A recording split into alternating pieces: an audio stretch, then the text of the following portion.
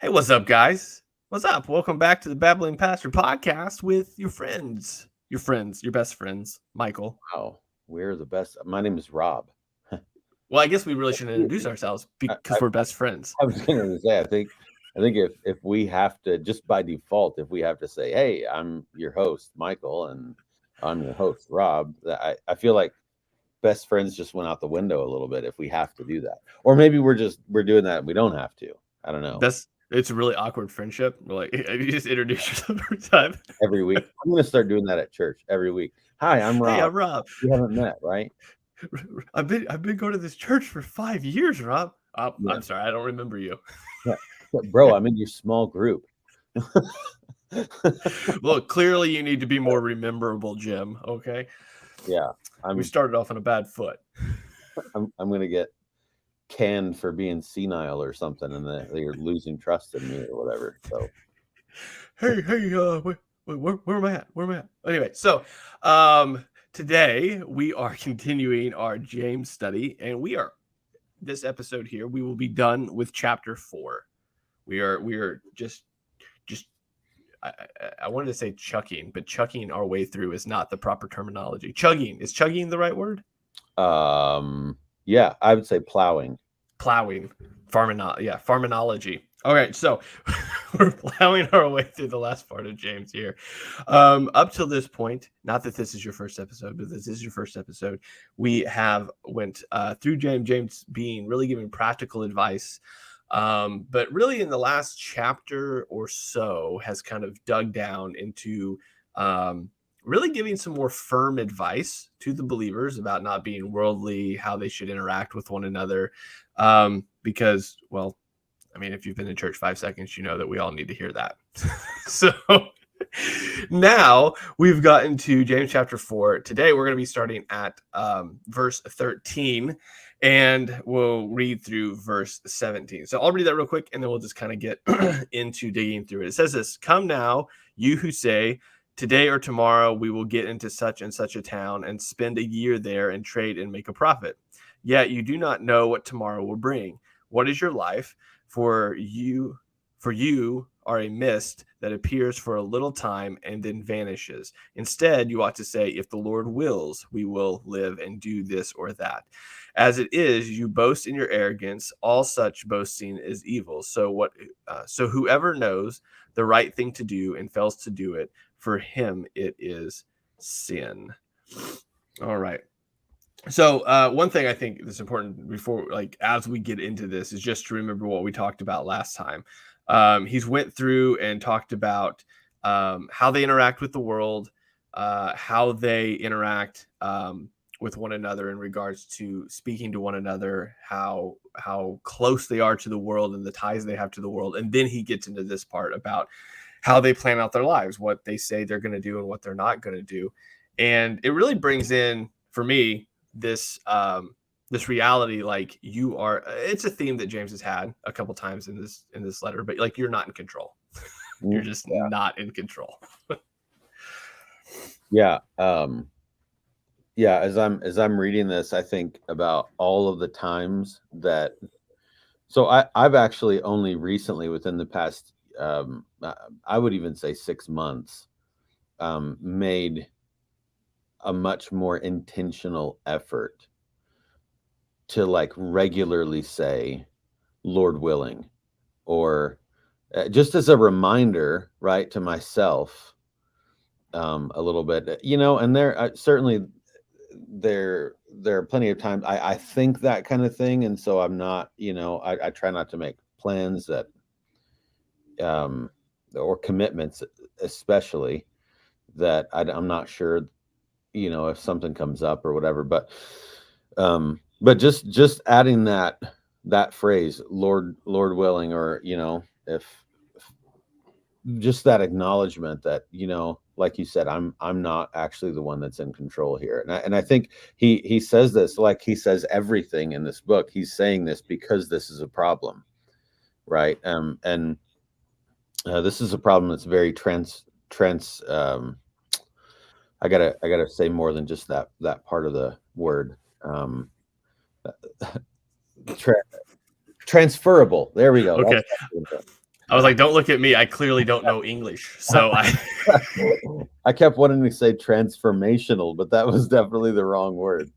But this is an issue that's very transferable to us today. I mean, like all of these are for sure. But man, I just think about how often the average person, any person, no matter the maturity that you are, how long you've been a believer or whatever, but like how often the average person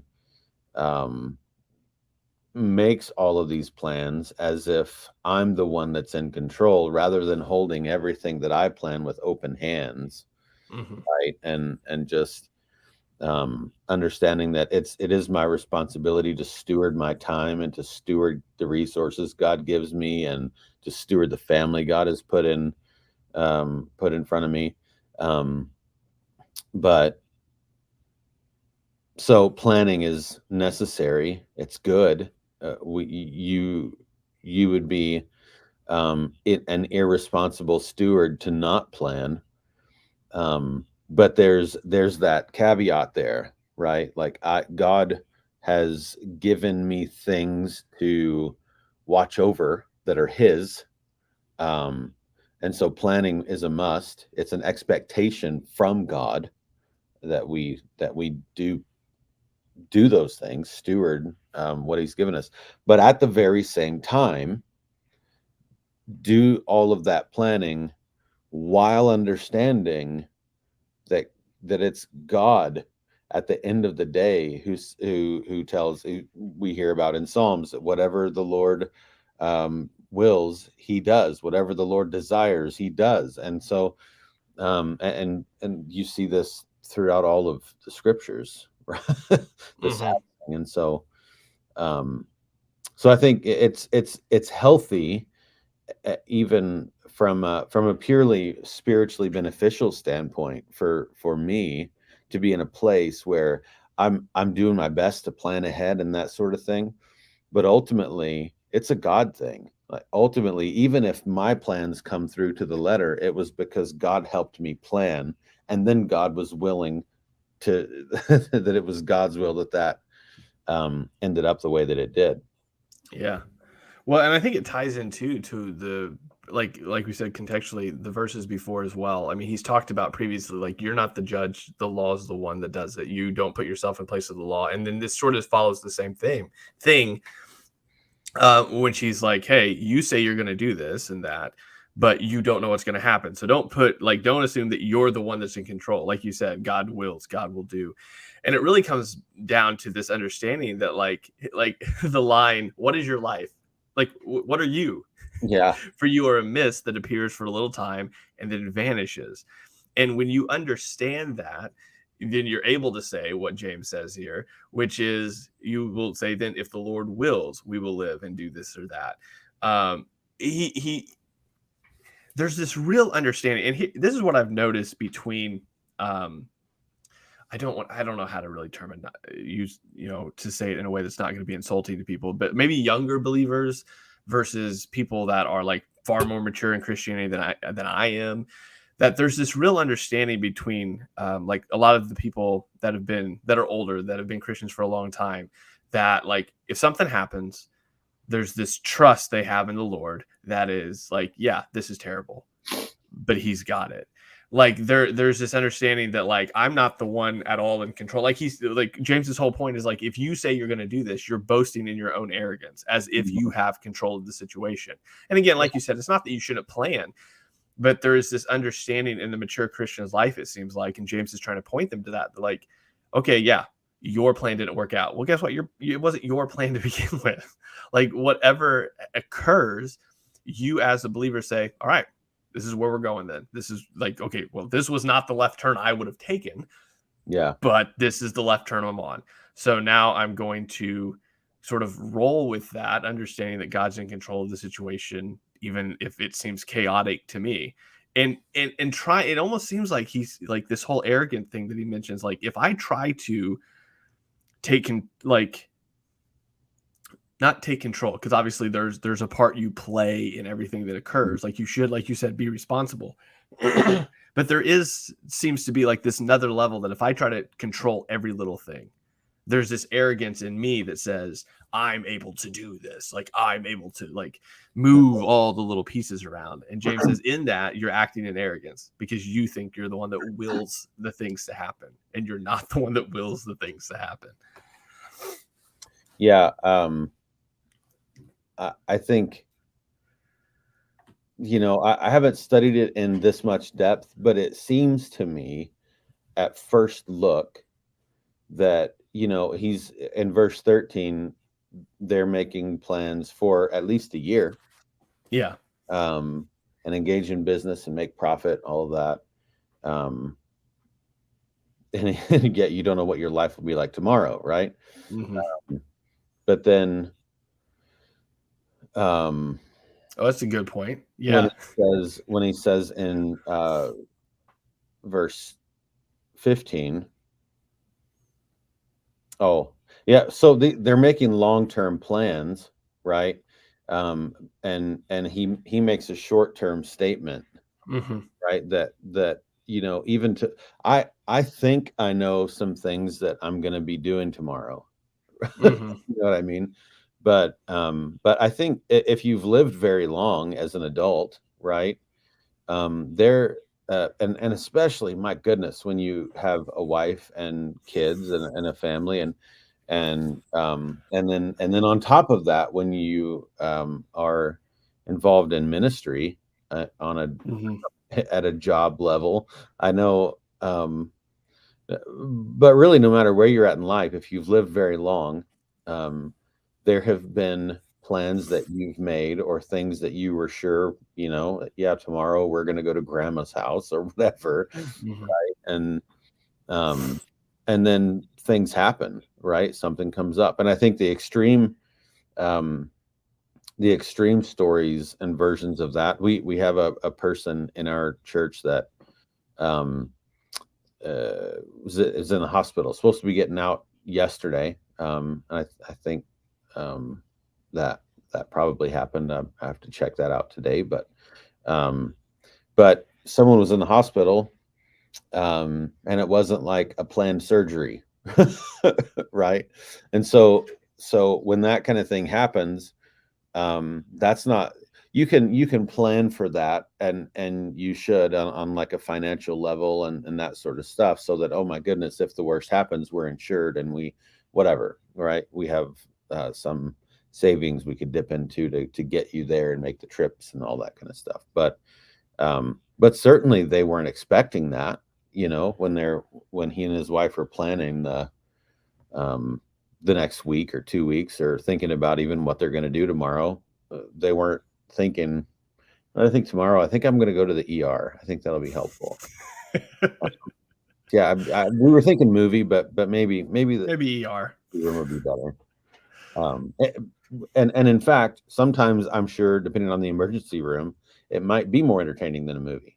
But this isn't something that you prepare for. You know what I mean? Like, it's mm-hmm. not something that was on the schedule for tomorrow. It's called an emergency room, right? Yeah. So it's just an extreme example, but how often as kids were we told, yep, we'll go do this tomorrow, and then something comes up, right? And you don't get to go do that.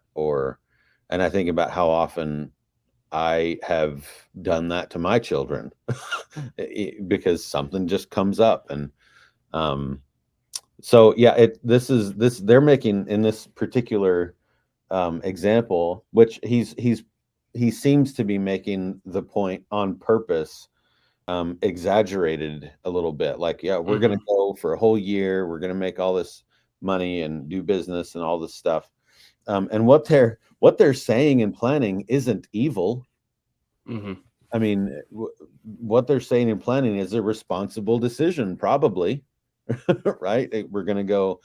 I think it's a good idea to go engage in this. That's not and make profit. Contrary to popular belief today, it's not a problem or a sin in any way to take initiative and to use the gifts that God has given you and make money.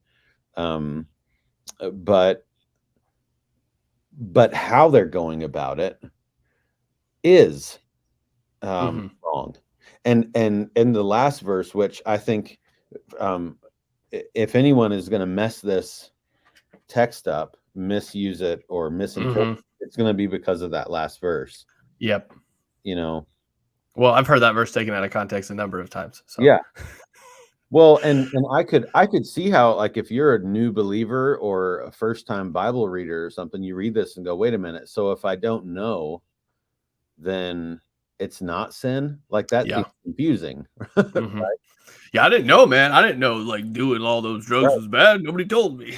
Yeah. So, well, in that sense, then you could say this gets back to like it. What it makes me think about is the idea that some have, that, you know, the Aborigine on a deserted island never hears the gospel. Are they absolved then? Like, are they good to go? Well, no, because Jesus said, I'm the way, the truth, the life. No one comes to the Father but by me, period. That's it. End of story, right? And so what this isn't saying in verse 17 is, if you don't know to do the right thing, if you don't know what the right thing is, then you're not sinning. Sin is simply anything that we transgress against God's character, against who God has revealed himself to be in the law. So, man, we sin infinitely more than we even realize we're sinning, right? But all he's saying here is, I essentially, I've told you now, you know, right? You know this is right, so you're sinning by doing this. And so it's not an all-encompassing statement that, you know, that you can take as one verse out of context. He's wrapping up what he's been saying to them and saying, you know, this is the right thing to do, and if you don't do it, if you're not including Lord willing in the attitude of your planning, then that's sin. Because you know.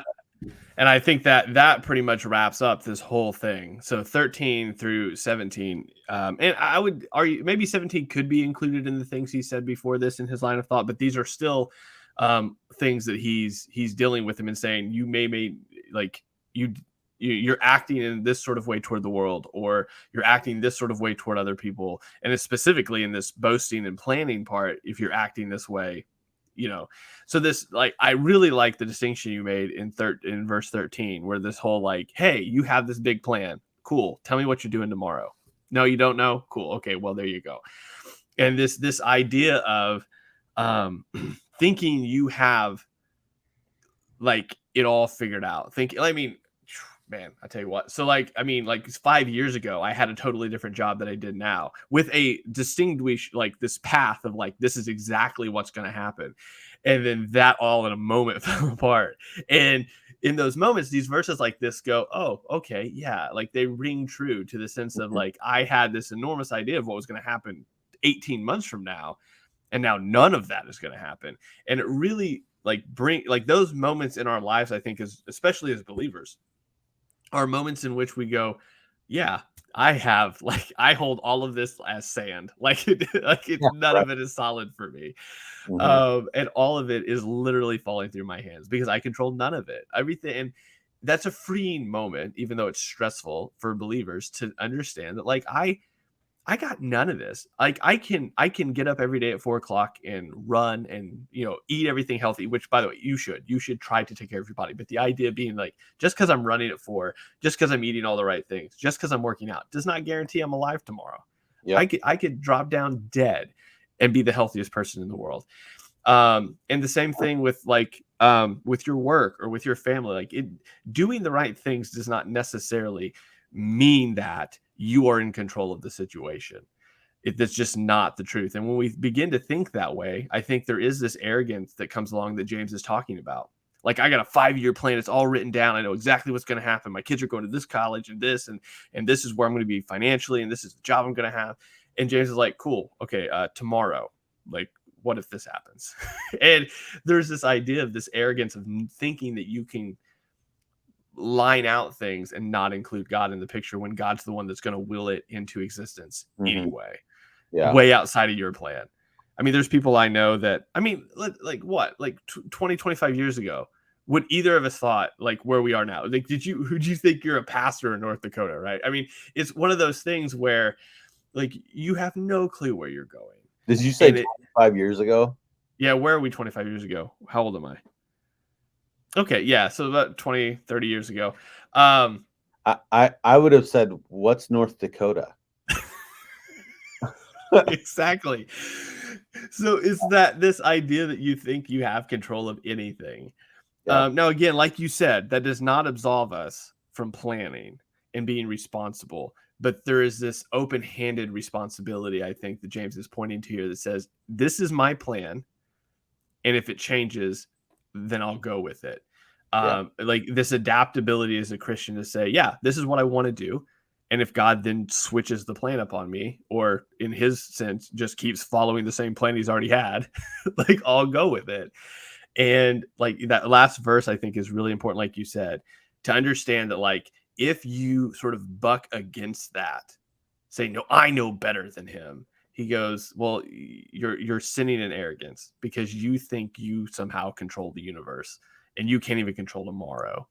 So there's this real humbling sense that I think James is telling these people, like, good for you, keep doing what you're doing, but don't think you have control of anything in your life. So yeah, I think so one real life example that on a church level of this kind of thing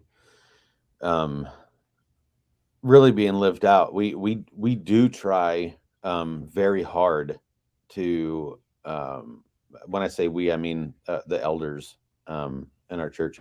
We do really try hard to come even into meetings with our ideas with open hands. We've talked about that before.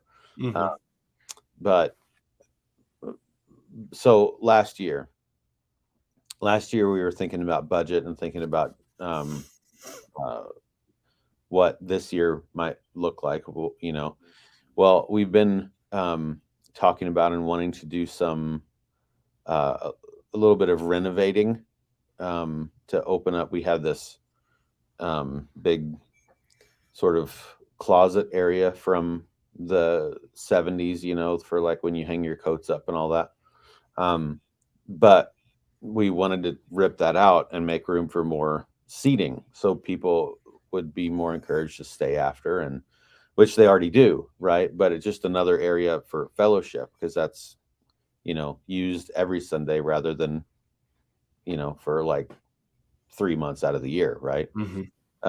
So anyway, there was some kind of thinking and strategy behind that, even from a church health perspective. It wasn't just we need to update this and make it pretty. It was how can this function better to accomplish more fellowship, to encourage more. So it's a noble thing, we think, right?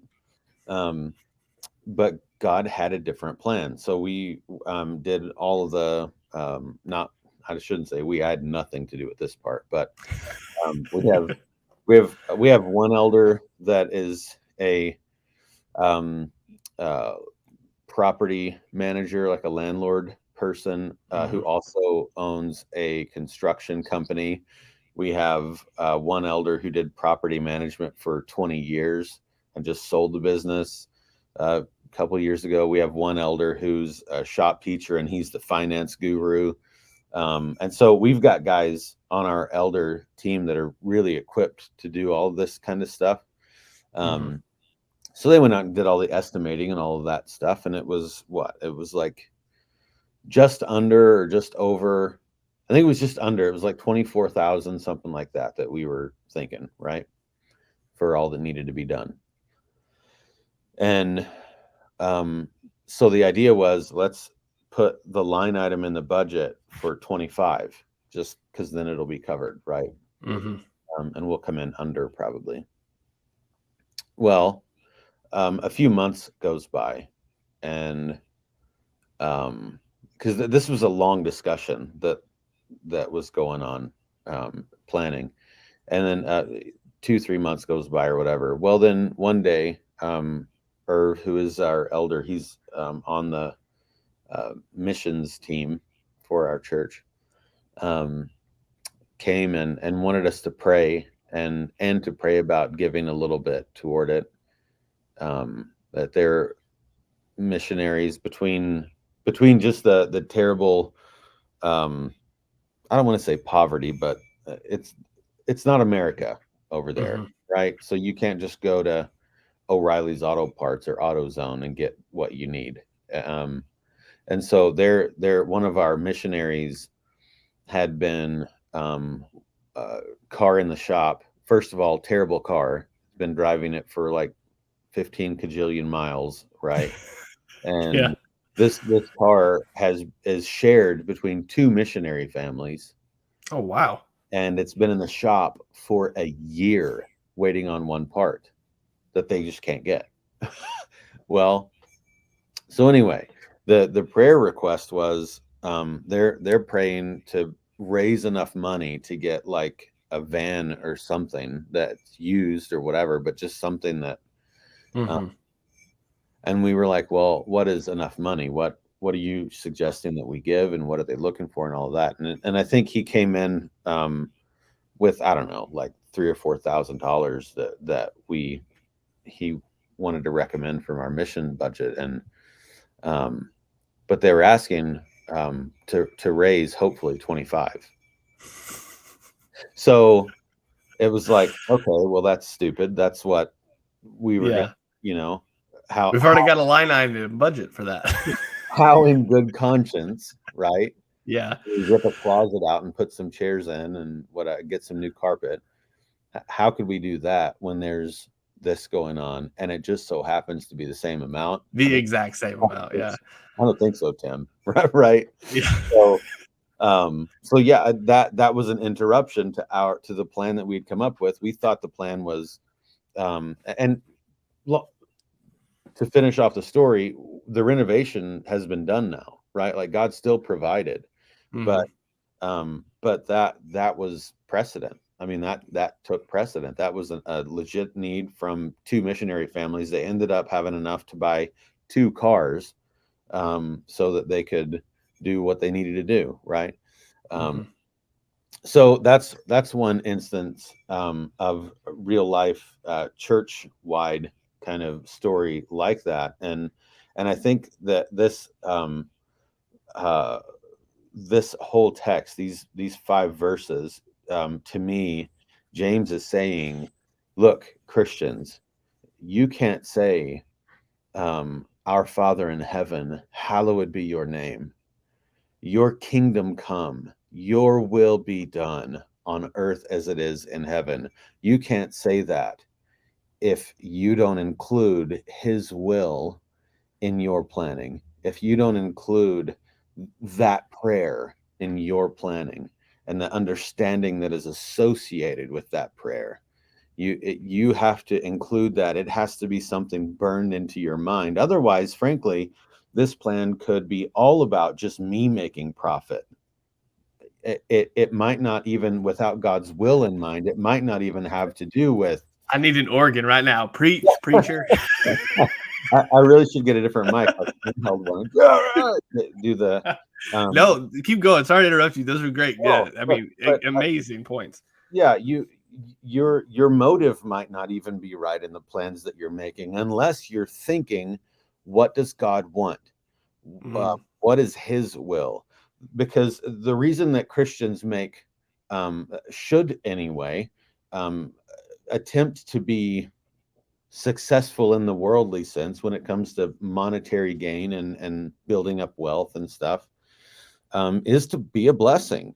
Not that you should give all your wealth away and not have a 6-bedroom house if you got a family that fits in that or whatever. Like, I'm not saying that by any stretch of the imagination, but the Christian church in America has given more cash to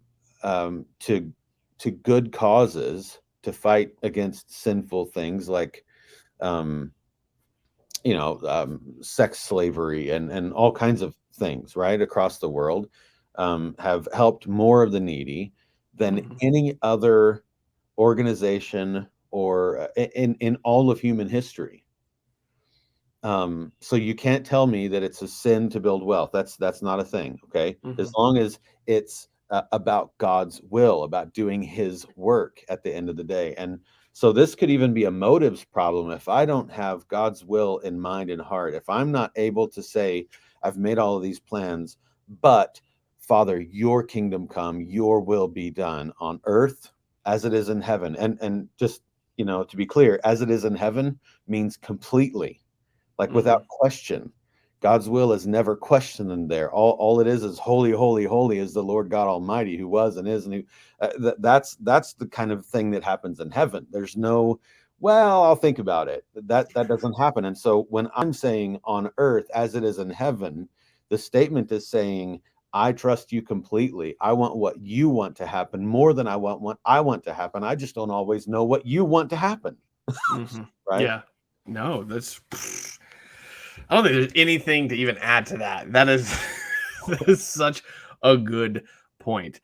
Yeah, which is why that line in the last is so strong. That it's a matter of you know what to do and you don't do it. That is sin, because you know exactly what you should do and you are deliberately not doing it, which is, again, rebellion against God. So, shoo, I tell you what. That episode got hot at the end there. All right. No, good deal. I'm telling you, that's good. I mean, to take some notes and just preach on that Sunday. I'm actually going to be talking just a bit about money, because I'm talking about the tax exempt status of the son in Matthew 17. So, well, to end, I think to kind of summarize what you were saying there, I think one of the things, I forget the exact quote. I know we've both heard it from Wesley, as far as like make as much as you can so you can give as much as you can for something. I forget exactly how the quote goes, but that's the idea, is that you're supposed to be frugal so as to be generous.